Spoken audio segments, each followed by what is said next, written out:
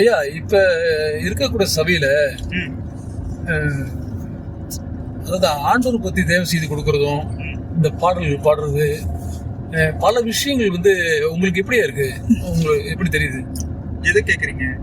கூடி வர்றதை குறிச்சு, சபையில விசுவாசிகள் கூடி வர்றதை குறிச்சு இப்ப சூழ்நிலை என்ன? உங்களுக்கு உங்களோட கருத்துக்கள் என்ன சொல்லுங்க. நீங்க ஆண்டவர் எதுக்காக கூடி வருதல் கொடுத்தாருன்றது நம்ம ஃபர்ஸ்ட் பார்க்கணும். ஆண்டவர் எதுக்கு கூடி வருதல் கொடுத்தாரு? அப்போ அது நம்ம வந்து எல்லாம் ஒருத்தருக்கு ஒருத்தர் நம்ம அன்பு செஞ்சு நம்ம கிட்ட இருக்கிறத பகிர்ந்துக்கிட்டு, அப்ப அந்த ஆதி அப்போஸ்தலர் நாட்கள்ல செஞ்சாங்க. அந்த அப்போஸ்தலர் 4ஆம் அதிகாரத்துல என்ன வாசிக்கிறோம்? தங்களுக்குள்ள எல்லாவற்றையும் விட்டு கொண்டு வந்து அப்போஸ்தலர் பாதத்துல வச்சு அதெல்லாம் பங்கிட்டுக்கிட்டாங்கன்னு பாக்குறோம். ஆனா இப்போ நடக்கிற காரியங்கள் என்ன அப்படின்னா, ஒரு பொதுவா வந்து ஒரு வாரத்துல ஒரு நாள் கூடி மற்ற காரியங்கள் எழுதிட்டு இருந்துட்டு அப்புறம் ஒரு நாள் வந்து ஆண்டருக்குன்னு ஒரு ஒழுங்கா இப்போ வச்சிருக்காங்க உலகத்துல. அந்த நாள்ல வந்து என்ன பண்றோம்? சர்ச்ல வந்து நம்ம ஆராதிச்சுட்டு பாடிட்டு துதிச்சுட்டு அப்போ ஒரு நல்ல சத்திய வசனங்களை வந்து ஒரு பாஸ்டர் மூலியமாவோ நல்ல ஒரு ஆவிக்குரிய நிலையில முன்னாடி இருக்கிறவங்கள வந்து அவங்க வந்து நம்மள மேய்ப்பர்கள் வந்து என்ன பண்றாங்க, ஒரு வசனத்தை வந்து எடுத்து தியானிச்சு நம்மளுக்கு தேவையானதோ இல்லை ஆவிக்குரிய தேவைகளை கடவுள் வந்து அப்படி சந்திக்கிறது போல நாட்கள்ல வந்து இப்போ ஆவிக்குரிய வழக்குகள் நடந்துட்டு இருக்குது.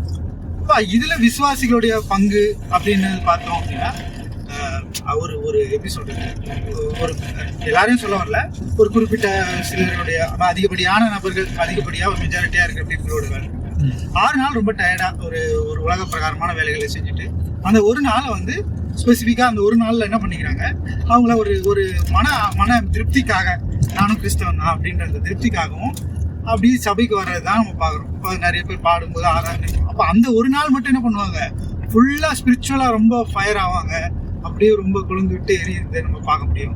அப்போ அந்த மாதிரி நிலைகள்லாம் இருக்குது. அதுதான் இப்போ அந்த மாதிரி ஒரு ஊக்கப்படுத்துறதுக்குமான காரியங்கள் தான் இப்போ பார்த்தீங்கன்னா வர்ஷிப்லாம் வந்து ஸ்டைல்லாம் மாறிட்டு இப்போ இந்த உலக பிரகாரமான பாடல் ஆராதனைகள்லாம் பார்த்தீங்கன்னா ரொம்ப சினிமாட்டிக்காக மாறிட்டு வருது இந்த என்டர்டெயின்மெண்ட் வேர்ல்டு. ஸோ அப்படி வந்து உண்மையா சத்தியம் வந்து கிடைக்கிறது இல்லை. உண்மையா சத்தியம் உங்களுக்கு ஞாயிற்றுக்கிழமையிலே கிடைச்சது, ஒரு நாள்ல கிடைச்சா அப்படின்னா அவங்க பாக்கி இருக்கிற 6 நாளுமே வந்து அந்த கவனத்துக்குள்ள கடவுளுக்குள்ள ஒரு பயத்துக்குள்ள அவங்க போயிடுவாங்க. ஸோ அதுவும் கொஞ்சம் குறைவாக தான் இருக்குதுன்னு நான் பார்க்குறேன். அப்படிங்களா? இப்போ அப்புறம் இன்னொரு விஷயம் வந்து அது வந்து இப்போ வரக்கூடிய இந்த இளைய பிள்ளைகள் இருக்காங்க இல்லைங்களா, அவங்க வந்து பாதிச்சிடாதா? இன்னொரு விஷயம் அந்த பக்கம் ஏன் அவங்க வந்து கடிந்து கொண்டு இப்போ வந்து தேவ செய்தி கொடுக்குறாங்க இல்லைங்களா, ஏன் கடிது கொண்டு கொடுக்க மாட்டேங்கிறாங்க? இப்போ சொன்ன மாதிரி கடிது கொண்டு கொடுக்க போனா அந்த சபையில வந்து யாரும் இருக்க மாட்டேங்கிறாங்க. அவங்களுக்கு தகுந்த மாதிரி கொடுக்கணும்னு ஆசைப்படுறாங்க. இப்படி எல்லாம் சொல்றாங்கல்ல, அதுல பாருங்க சீரியல் இது பார்க்கும்போது இந்த வாலிப பிள்ளைகளோட அவங்களோட நடவடிக்கைகள், அவங்களோட எவ்வளவு விஷயங்கள் சொல்லலாம். தலைமுடிக்க கட் பண்றது, அவங்களோட உடைகள், இந்த மாதிரி சில விஷயங்கள்லாம் இருக்கு இல்லைங்களா.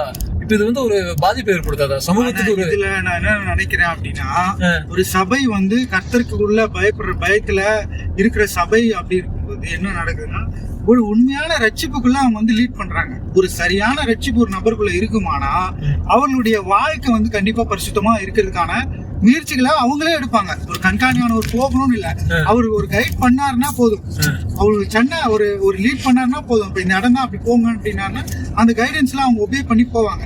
அப்ப அந்த ரட்சிப்புல வந்து பயங்கரமான கேள்வி இருக்கு. இப்போ இந்த நாள்ல சபைகளுக்குள்ள வந்து ஒரு ஆரோக்கியமான வந்து ஒரு பேஸ்மெண்ட்டும் ஆரோக்கியமான ஒரு அடித்தளம் வந்து போடப்படல அப்படின்றதுதான் நாம் பாக்குறோம். ஏன்னா இப்போ நடக்கக்கூடிய காரியங்களை பார்த்தோம் அப்படின்னா சின்ன சின்ன காரியங்களை உழுந்து போறதை பாக்குறோம்.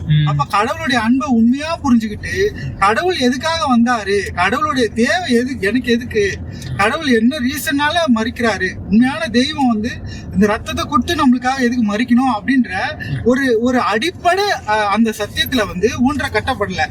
அது கட்டப்படாததுக்கு காரணம் என்ன அப்படின்னா, அப்போ இந்த மாதிரி வந்து கடவுளுடைய மகத்துவத்தையும் மேன்மையும் அவருடைய கொடுத்த பயத்தையும் அப்புறம் அந்த கடிந்து கொள்ளுதலையும் அதை சொன்ன மாதிரி வேவரிங்கா அதாவது கொஞ்சம் விட்டு கொடுத்துட்டாங்க. அப்போ அந்த மாதிரி பண்ணும்போது அது வந்து கண்டிப்பா வந்து ஒரு ஆரோக்கியமான ஒரு சபை வளர்ச்சியாகவும் விசுவாச குடும்பங்களின் வளர்ச்சியாகவும் இருக்காது. அப்படிதான் நான் நினைக்கிறேன். அப்படிங்கிறீங்க? ஆமா, ரட்சிப்பு தான் பேஸ்மெண்ட் அடி ஆச்சுன்னா மொத்த பில்டிங் அடிதான். என்னைக்குனாலும் புயல் காத்து வந்தாலும் சரி. அதனாலதான் வசனம் போட்ட நமக்கு மத்தியில அந்த மலை பிரசங்கம் முடியும் போது ஆண்டவர் அழகா முடிக்கிறது, கற்பாறையின் மேல் கட்டினவன் புத்தி உள்ளவன். அப்ப அந்த கற்பாறை இயேசு கிறிஸ்து. அப்ப அந்த கண்மலையின் மேல நம்ம கட்டினாதான் என்ன பண்ண முடியும்?